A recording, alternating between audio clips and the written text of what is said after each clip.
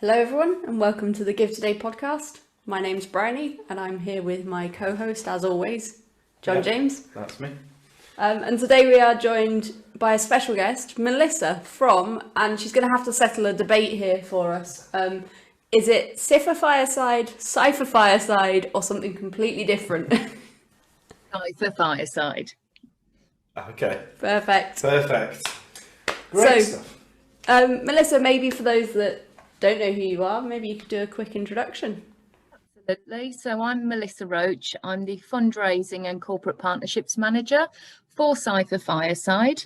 SIFA Fireside, we operate the main day centre facility in Birmingham, supporting people who are homeless or at risk of becoming homeless. Great. So obviously we've had a bit of a difficult last 12 months plus, but moving forward, what does this year look like for SIFA Fireside as things start to go back to somewhat of normality?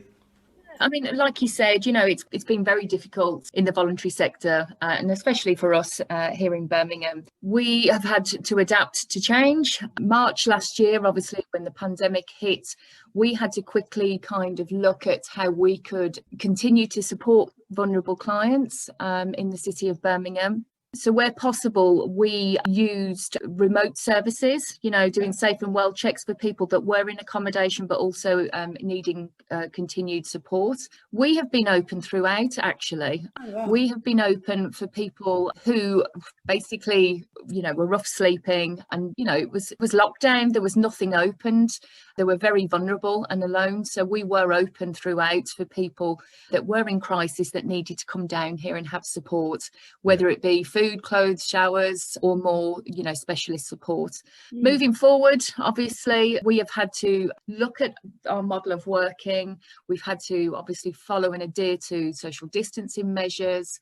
Back in the day when there was March last year before the pandemic, we would see 160 plus physical presentations in our drop-in centre. Goodness. You know, 160 people. Wow. So obviously with the pandemic, we weren't able to offer that for that number of people. So we've kind of changed our way of working. As I said, where possible, doing remote work with people over the phone. And at the moment now, it's sort of crisis presentations and rough sleepers that are, you know, allowed to come into the building, physical presentations. So yeah, lots of changes, lots of new things that we're doing as well in the pipeline. So yeah, we've muddled through and we're out the other side. So yeah, it's all thanks to the support of the community and Give Today and everyone that's been on side and supporting us through these difficult times. Yeah, it's been fantastic how much support has still been there for charities. I guess one of the questions I would have is that when someone thinks of a homeless charity or a homelessness charity, they might initially just think of shelters, but obviously you operate as a drop-in centre. I saw that you have things like your job club where you're helping people to write their CVs. So maybe you could give us a bit of an overview of some of the different services that you provide that help people. Absolutely. I mean, a lot of people assume that we're a soup kitchen. I'm not knocking any soup kitchens, but the food is only a small part of what we offer here as a service. Yeah. So we are a day centre. We're open Monday to Friday from 9 till 5 o'clock. We deal and support people who, as I said, you know, are experiencing homelessness or at risk of becoming homeless. We support people that are in temporary accommodation, so hostels, bedsits, squats, and obviously support people that are out on the streets. So we offer food. Breakfast is served from 9 till 10:30. It's all made in-house in our kitchen by volunteers. 12 till 1:45, we offer lunch. But as I said, that is just a small part of what we offer. We provide clothing for people that need it. And again, that's just, you know, comes in from the general public. We offer emergency food parcels for people, you know, they might be in accommodation, but they haven't got cooking facilities. So we can provide that to our clients that come here. We have showers here, so they can have a wash, freshen up, have a shave. All the toiletries, again, donated by the general public here. And something small like a shower, you know, for a lot of people, you know, you take it for granted, but just being able to just sort of freshen up, clean up, you know, a lot of people say, God, I feel a bit human again. So that provision is here. It's the sort of practical support, but we offer more specialist support in our drop-in centre. So we have a care of address here. So if people haven't got a fixed address, they can have their post directed here, which is a key element in terms of getting back on your feet. It could be that you're trying to source benefits, housing, a letter from home, perhaps. So the care of address, as I said, they can pick up their post. They can say, look, my name's Joe Bloggs. Have you got any posts for me today? And we can give that to them. We have a safe that stores passports and driving licenses and sort of key documents that sometimes if people are on the streets, they can be taken from them. They can get lost, you know, so we have that. We focus heavily, obviously, on housing. So we work with Birmingham City Council that are based here, that offer housing support and obviously can allocate what vacancies are available in the city, whether it be a hostel or a bed sit, for people to you know, be directed to go to that place. We have a clinic here, so we focus heavily on health and wellbeing services. So we have a nurse, an opticians, a chiropodist, a podiatrist, a sexual health clinic, a dentist, a chiropractor. Wow. And Wow. yeah. So, I mean, like I said, I think for us, it's like, you know, give people a break. They've got enough to be getting on with, you know, and dealing with. So if they need health and wellbeing services, if they need to access, you know, legal advice or whatever it might be, just give people a break, reduce the barriers, make it easier for people. Yeah. So within our clinic, you know, how it works is if the door's half ajar, in you come and you'll be seen quicker than you would be if we were waiting for an appointment with our GP. Some of our provisions we did have to put on hold, you know, in terms of workshops because of obviously the numbers of people that would come in, but we are reinstating our workshops. So we focus on employability. We've got a job club that's back up and running. We've got an IT suite that people can use if they need to. We're doing English language courses at the moment. We have legal advice, we have benefit advice, tenancy support.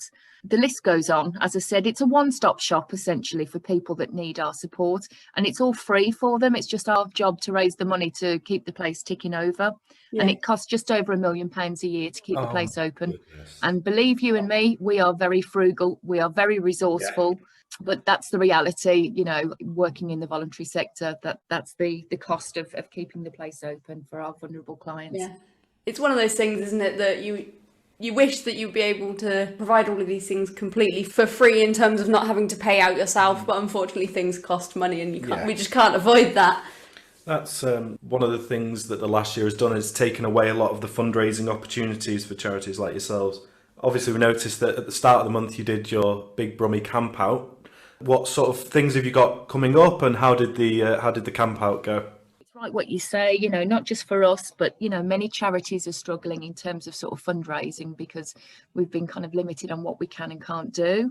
So I suppose it's a case of being creative, really, and thinking outside the box. I mean, we had our camp out, which, as I said, it was launched last May, actually. So last May, we were approached by one of our corporate partners at a PR company, and they said, look, we're on furlough at the minute. Do you need a hand with anything? And they said, why don't we help you with a campaign? So the first big Brummie camp out was in May of last year, and we, you know, it went really well. And we thought, why not make it an annual thing? So we had our big Brummie camp out, which was the bank holiday in May, the start of the month, and we raised over £5,000, asking basically, you know, our community, friends, family, if they could sign up £5 in return for a digital pack, which was sent out to the sign-ups. And in that digital pack, we've been working closely with lots of independent businesses in Birmingham that's struggling too at the moment. And it was just, you know, with recipes, activities. So instead of, you know, just asking for money all the time, we wanted to give something as well in return for that. And also to support local independent businesses, as I said. So we had quite a few sign-ups, as you can imagine. And as I said, we're just asking people to make camp out in their gardens if they didn't have gardens, you know, makeshift dens in living rooms. And as I said, we had support again from that same PR company, Eastside Village. Yeah, I mean, as I said, you know, it was amazing, and we're so very grateful for everyone that signed up. So yeah, we're really happy with that. A lot of hard work. In terms of kind of events, we're very small fry here. In the sense that we don't have big teams that focus on marketing and big events and what have you. Yeah. So that's kind of our big event for this year at the moment, unless anything else, any ideas coming to our heads, really. As I said, we just rely on people to kind of sign up, become regular givers to us. And if, you know, it's not just about money, it's about, there's lots of people, as we know from the donations we receive from Give Today, that people genuinely just want to help and they just want to know how they can. So it doesn't have to be financial, you know, it can be items that clients need that we're running low on. And as I said, you know, a lot of people want to support, they just want to know how.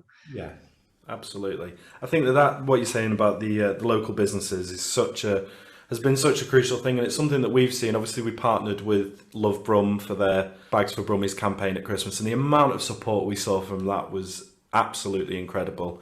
It's actually sparked us to start our own sort of local champions. We're looking to sort of build a platform to work with these local companies and say, champion the good things that you're doing in your community and hopefully lead by example to show others what you're doing, kind of. Yeah, and as you said, Melissa, you know, we want to encourage those businesses to also give back to people that are helping their local community and to maybe offer them something to say, hey, thanks for supporting your local charity. Maybe they can offer something, even if it's a free cup of coffee or... Yeah.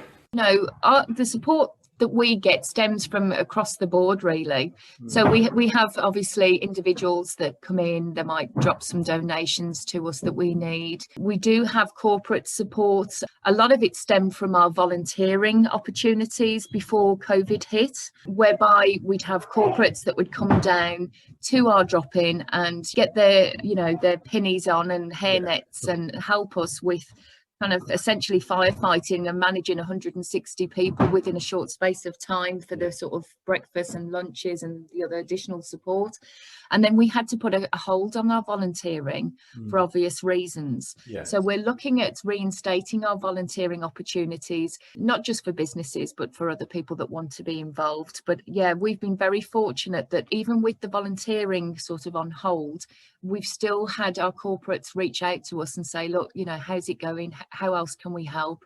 So I think for many people that do come down here and experience what we do and see firsthand the work that we do, a lot of people are invested in doing more, and it's not just a kind of a one-off offer of support. The relationships that we've built over the years, you know, is testament to show that they still have got us, you know, they understand what we do here and they want to do more to help. Fantastic.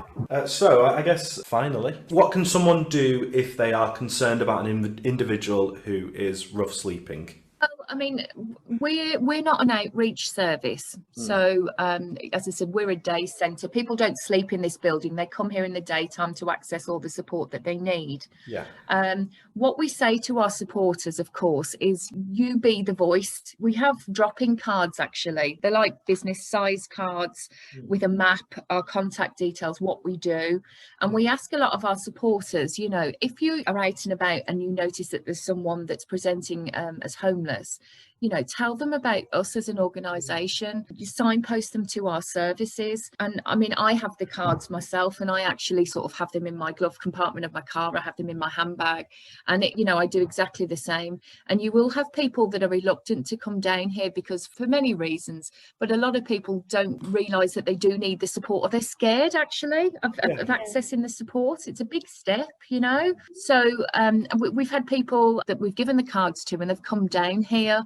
So I think what I would say to people is fly the flag for us. Tell people that we are SIFA Fireside. We're in the back streets of Digbeth on Old Cock Street, and we are here to offer all the support that people need to get back on their way. I would also just say as well, with the services that we offer here, it's not just for people that are rough sleeping or people that are in hostels or bed sits.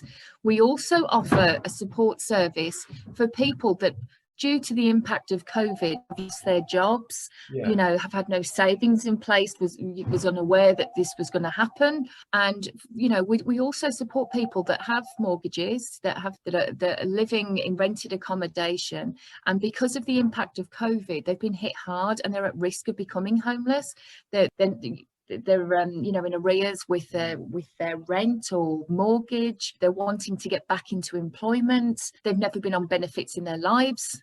They don't know how to go about doing that. You know, we do all that too. So it's not just crisis that we deal with. We support people to prevent them falling into crisis as well. So this service is available for anyone who, as I said, is struggling at the moment. But yeah, as I said, fly the flag for us, tell people that we're here, we exist, and we are here to offer all the support that they need. That's what I would say to any supporters, really. That's really great, and I think you're completely right. You know, the last year has been tough on a lot of people, and people found themselves in situations that they wouldn't have expected, but that it's never too early to reach out for help, to help put yourself back on the right path. I mean, the other thing I would say very quickly is, you know, in terms of kind of presentations that we have here, you know, we've got people that are sleeping in their cars. We've got people that are sofa surfers, so they're sleeping on friends' couches or whatever because, you know, they've been hit hard, they've lost their jobs and whatever. This can happen to anyone. And I know, you know, it's a regular sort of comment that's made, but actually it is very true. We've got people that have held down really good high flyers. You know, as I said, they have been impacted by COVID and by other situations as well. Everyone that comes down here is treated with respect and given all the opportunities to get back on their way. But the reality is, you know, that we are seeing a lot more cases. A lot of people that have never graced our doors are knocking. So we just need to get that message out that we are here, we exist. As I said, we're not a national organisation, we're just a local Brummie charity, been around for a long time, but you won't see any billboards or any signage really, because the money that we raise goes into frontline services because the priority is our clients. And I guess it's a good moment then to close off and say, finally, what items can people help you with via your Give Today donation shop at the moment? What would make the biggest difference? Grateful for all your support, and I think, you know, the items that we've got currently on the list at the moment is underwear that we kind of run low on, cutlery, so sort of plastic cutlery or wooden cutlery, cups, sort of disposable cups for our drop-in, razors and shaving foam. That's something that we get through an awful lot of here. PPE, I mean, like I said, we're obviously using quite a lot of PPE. So if there is anyone that, you know, is willing to help with that, that's great. Rucksacks, we've had quite a few rucksacks in from yourselves, which is brilliant, and hairbrushes. So yeah, we get through an awful lot of them, and obviously they're on the list. So yeah, and as I said, I'd just like to say, as I said, thank you. You know, anytime we do a call out, you know, within a couple of days we have these items delivered, so the response is great. And as I said, you know, these are key items that we know, we're working with clients, and these are things that we use.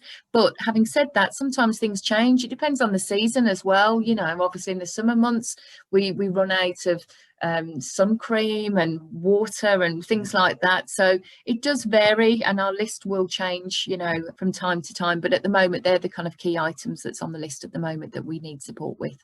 Right, brilliant. So hopefully, we can get you much more donations coming in over the next few weeks, months, years. But for now, thank you, Melissa, for your time, and we'll let you get on with your extremely busy schedule. Oh, thank you. And it's lovely to speak to you both. And thank you, as I said, for your continued support. We appreciate it. No problem. It's our pleasure. Thank you, Melissa.